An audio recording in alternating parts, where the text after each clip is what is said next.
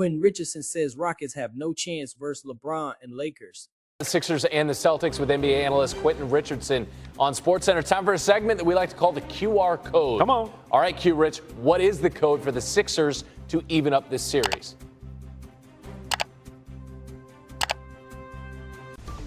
The QR code for the Sixers is easy. You need Tyrese Maxey, VJ Edgecombe, and possibly a Paul George. They got to play fast. They got to get out, push the pace, play fast, lead with their defense. And these guys got to have scoring nights. 2 out of the 3 of them got to have big-time nights. I mean, PG has been, he's been pacing himself, but he needs to have a big night. But the guy, Tyrese Maxey, he's been the all-star, been the leader. He needs to have a big night, and they could definitely use anything the rookie VJ Edgecombe wants to give them energy-wise, because they got to come out and make a statement early and kind of try to push the pace and get the Celtics on their heels. All right, Q, what about the QR code for San Antonio? They're trying to go up 3-1, potentially without Wemby. QR code for the Spurs is lead with their defense, guys. They have a great defensive team. Even when Wemby is out, they have length, they have deep, they have depth, they have guys that can play 3 and D, switchable guys. And they have youth, man. They got a lot of youthful athleticism and guys that can switch. You seeing it right here, the Dylan Harpers, the Steph Castles, the Carter Bryant, Champagne. All of these guys got to go out there and lead with their defense and try and smother them. And you know that one of these guards or one of these guys are going to have a big offensive night. So if they can do those things and hold down the paint, Luke Cornett has done a great job filling in for Wemby, and they have a record that's favorable when Wemby doesn't play. So they can get it done. All right, Lakers, meanwhile, they're 1 win away from sweeping the Rockets. They were massive underdogs to start this series. KD, questionable for this one after missing Game 3 with that ankle injury. What's the QR code for Houston to just try to get back in this series? First of all, they got to take everything one game at a time, man. Everybody's going to announce that it's over. They're going to, nobody comes back from 3-0. You can only win one game at a time. They got to lock in and focus on that concept. And then they got to try and go out there and muck up the game, make everything extremely tough. You can't have Luke Kennard coming off the bench and getting 20+ and having a big game. Obviously, LeBron is LeBron, but even with that, you got to push him and make him try and field his age, because right now he's not looking 41 in this series. He's looking about 30 years old. It just takes a soft mattress to make LeBron feel like he's 41 years old. As someone who's past that mile marker. All right, let's finish up with the Cavs trying to take a 3-1 series lead against Toronto. What's the QR code for Cleveland? QR code for Cleveland is to get in there early and try and take that fan base out of it. I said this before when they went up 2-0 that it wasn't over until I saw them play in Toronto, because they are a different team when that crowd gets going. They got one of the best fan bases and one of the loudest arenas in the league in the NBA. So you have to come out there early and hit first and try and get them on their heels and try and keep the crowd out of it as much as you can. Play with your defense. And obviously, you got those two superstars in James Harden and Donovan Mitchell. They need to lead the way. Tip off 1 p.m. Eastern on ESPN. Quentin Richardson with the very latest for us. Easy for me to say on SportsCenter. Thanks, Q Rich. Get back with you on SportsCenter. It is an elemental battle, a battle between Mother Nature. It's the Thunder, it's the Suns, Phoenix, 8 straight playoff losses. Oh, and SGA is playing within a ring of fire, dude. What can't the MVP do? Pulls up, hits the triple. Thunder have been dominating this series. SGA lays that up. Thunder up a half a dozen and then working on the baseline jumper. Got it. SGA simply cannot miss.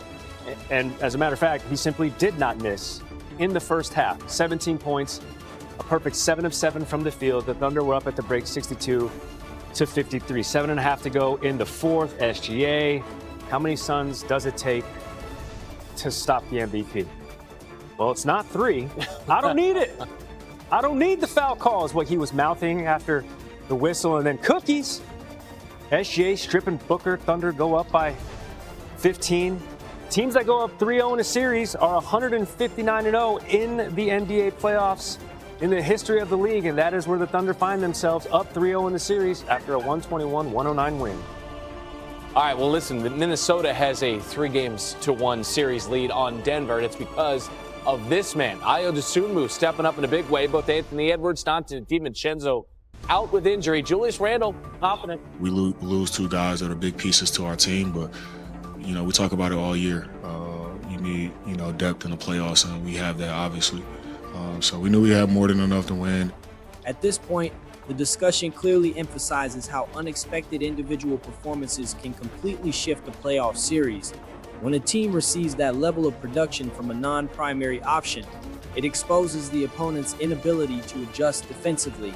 It also highlights the importance of readiness across the roster, as players must be prepared to step up when given the opportunity. This kind of breakout performance often reflects both confidence in a well-structured system that allows players to thrive. More than enough, thanks to a trade deadline acquisition courtesy of the Bulls.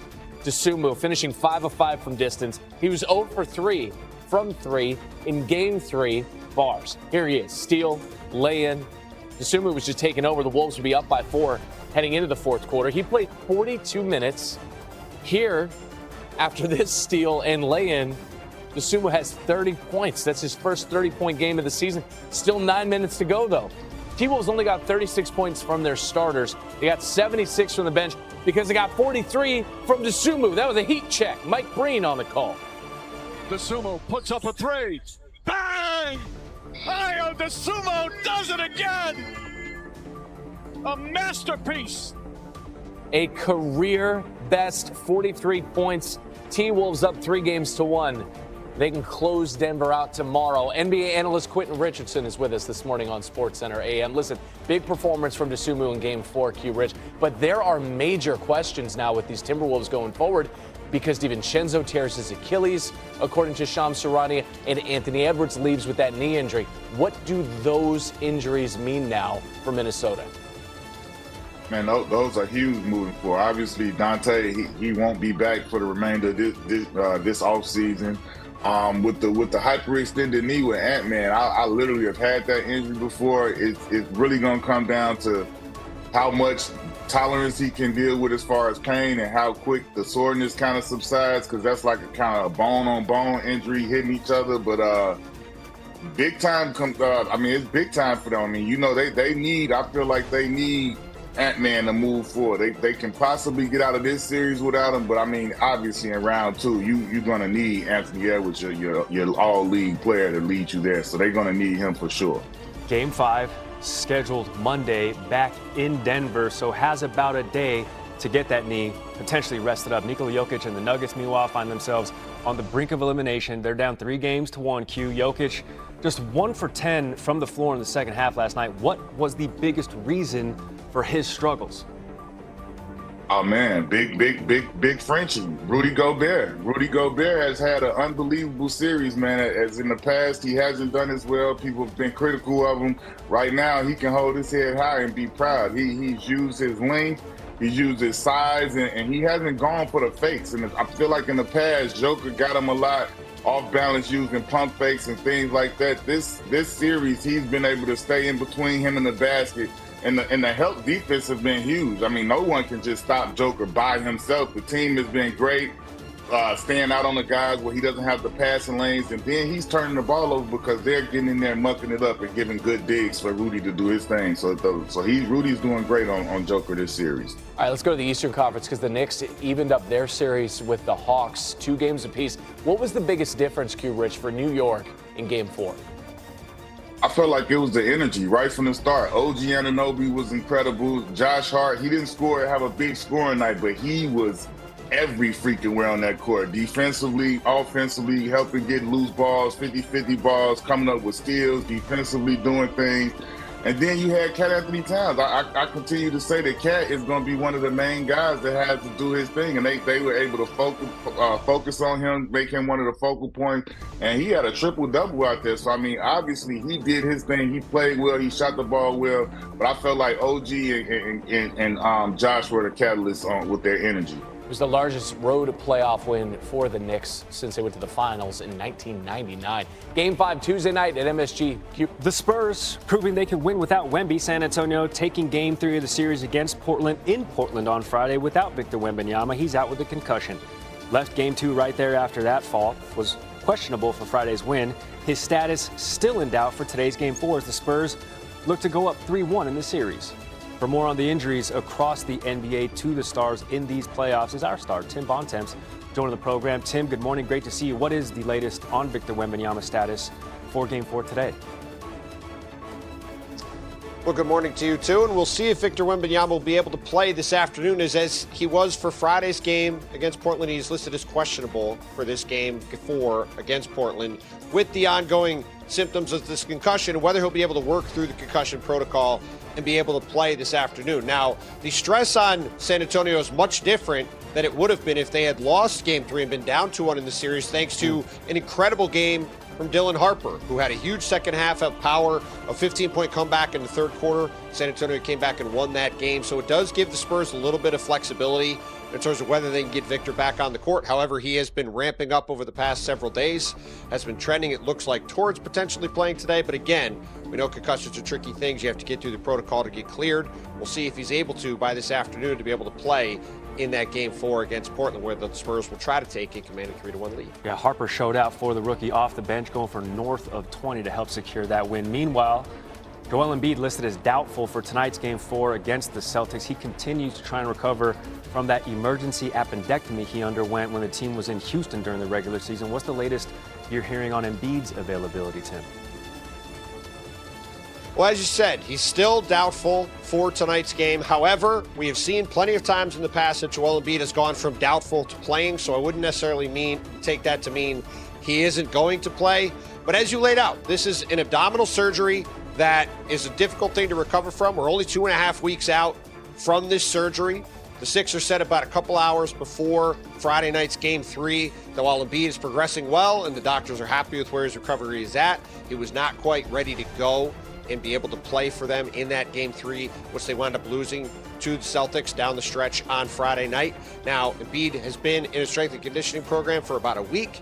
He participated in practice on Thursday. He was part of shoot-around on Friday, so he has been participating in things. He has been ramping up. The question just will be, is he able to get himself to a point where he's able to go in this Game 4 with obviously the Sixers with their backs against the wall down 2-1 in the series and trying to even it up at home? And if he is able to play, what his availability will be, because you wouldn't think he'd be able to walk in and immediately play 35 minutes. But certainly for a team trying to go up against the 2-seeded Celtics, try to get themselves back in the series, it would be a big boost if they can get their star center back on the court tonight. Yeah, that game later this evening, so still a couple hours before we get a definitive answer. But Tim Bontemps reading the tea leaves this morning for us on SportsCenter. Tim, much appreciated. Great to see you.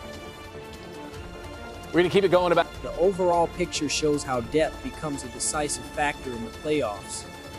Teams that can rely on multiple contributors are better equipped to handle injuries and maintain a high level of performance. This flexibility often separates contenders from more limited rosters. Another key element is defensive discipline. Consistent, organized defense not only limits scoring but also creates opportunities in transition. Teams that commit to this identity tend to control the pace and impose their style more effectively. Injuries continue to play a major role in shaping outcomes. The absence or limited condition of key players forces adjustments that can either expose weaknesses or reveal hidden strengths within a team. Managing these situations is critical for long-term success. Ultimately, playoff success is built on adaptability, collective effort, and execution under pressure. Teams that embrace these principles and remain composed in changing circumstances are far more likely to sustain momentum and advance